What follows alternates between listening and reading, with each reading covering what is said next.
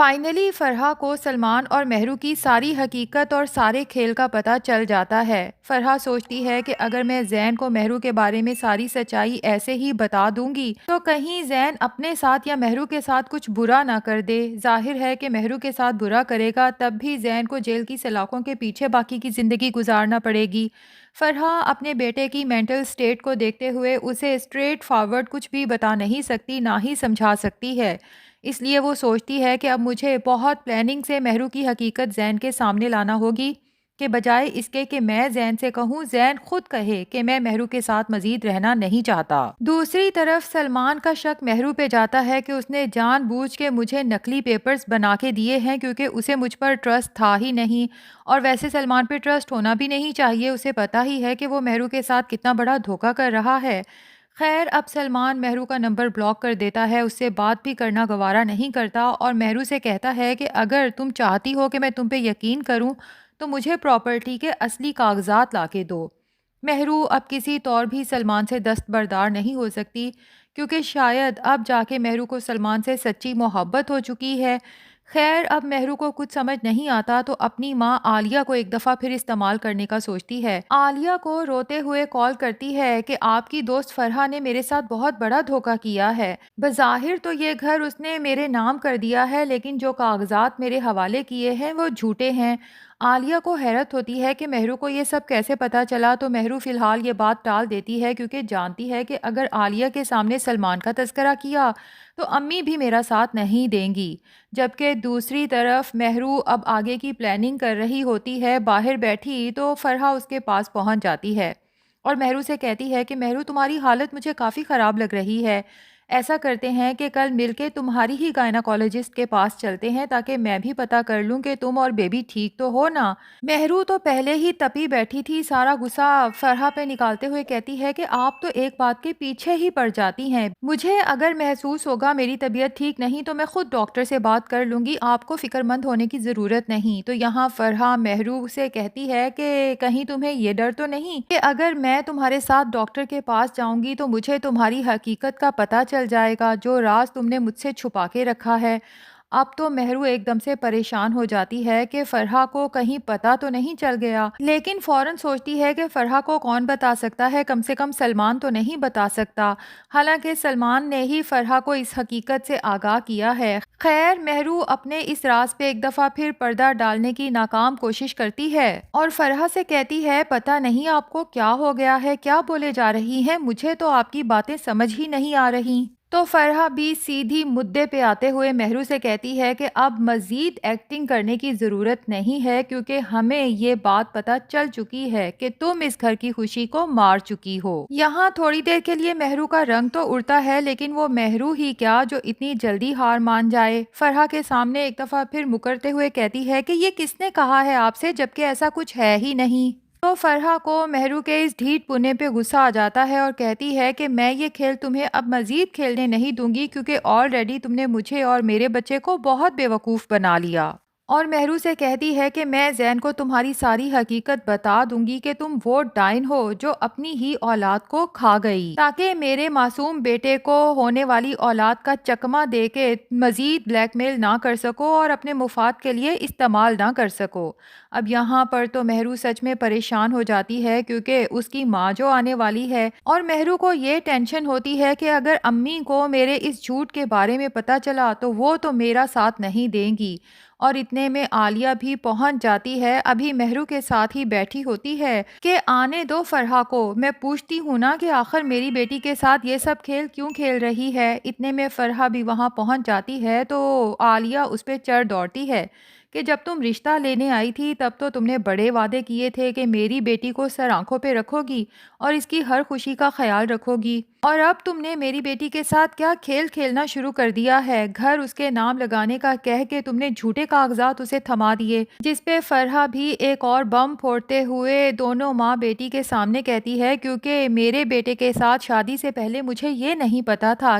کہ اس کا سلمان کے ساتھ افیئر ہے۔ اب یہ سن کے تو مہرو ہکا بکا رہ جاتی ہے کہ یہ سب آخر زین کی ماں کو کیسے پتا چلا۔ اس کے دماغ میں تو بہرحال نسرین ہی آتی ہے کہ یقیناً یقیناً اس نے ہی یہ راز افشا کیا ہوگا۔ جبکہ عالیہ پہلے تو پریشان ہو جاتی ہے، مہرو کی طرف بھی دیکھتی ہے پریشانی سے، لیکن فوراً ہی بات سنبھالنے کے لیے ایز یوزول جھوٹ کا سہارا لیتے ہوئے فرحہ سے کہتی ہے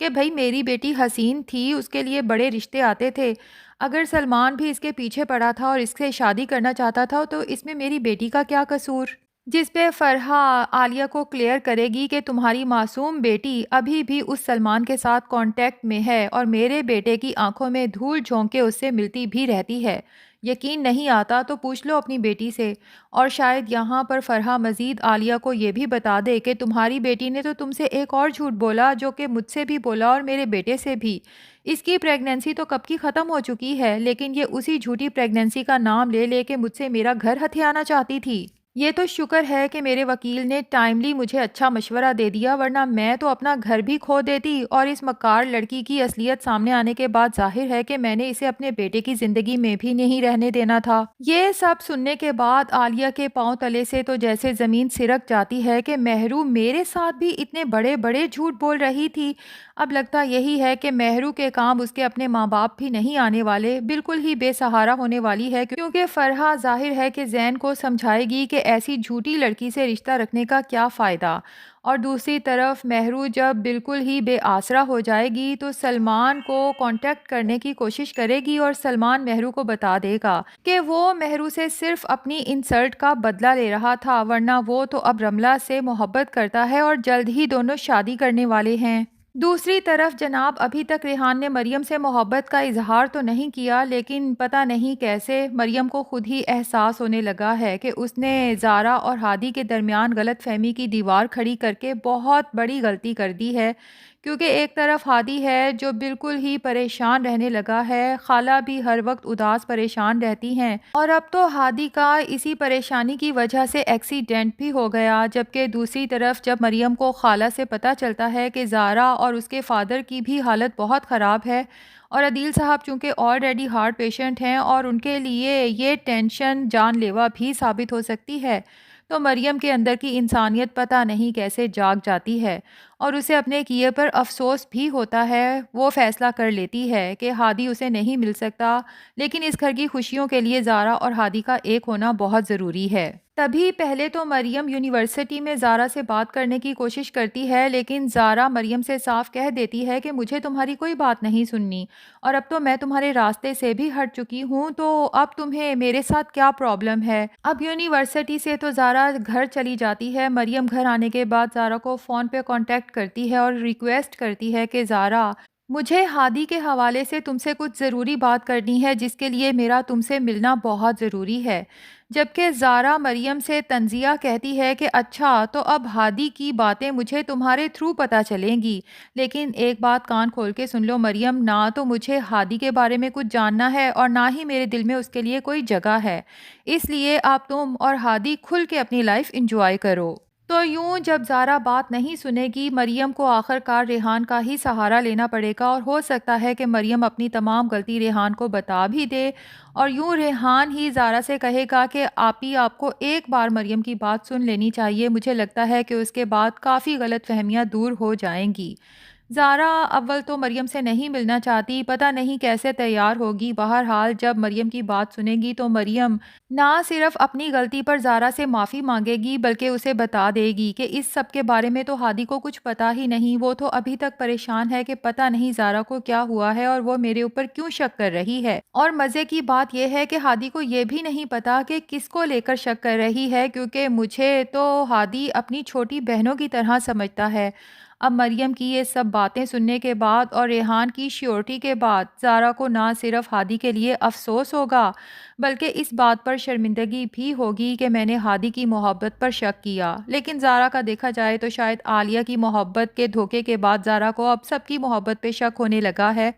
خیر، مریم زارا سے معافی مانگے گی تو زارا سوچے گی کہ مجھے بھی ہادی سے اپنے کیے کی معافی مانگنی چاہیے، اور یوں جناب اس گھر کی خوشیاں لوٹ آئیں گی۔ اب دیکھتے ہیں کہ مہرو جب سلمان کی طرف سے ریجیکٹ ہوتی ہے تو کیا زین سے معافی مانگ کے اپنا رشتہ بچاتی ہے، یا پھر زین مہرو جیسی مطلبی لڑکی کو اس رشتے سے آزاد کر دیتا ہے؟ ویسے ناظرین کیا لگتا ہے، کیا ڈرامے کے اینڈ پہ مہرو کو اپنے کیے پہ شرمندگی ہوگی یا نہیں؟ کمنٹس میں ضرور بتائیں۔ ریویو پسند آیا ہے تو ویڈیو کو لائک اور چینل کو سبسکرائب بھی کر دیں۔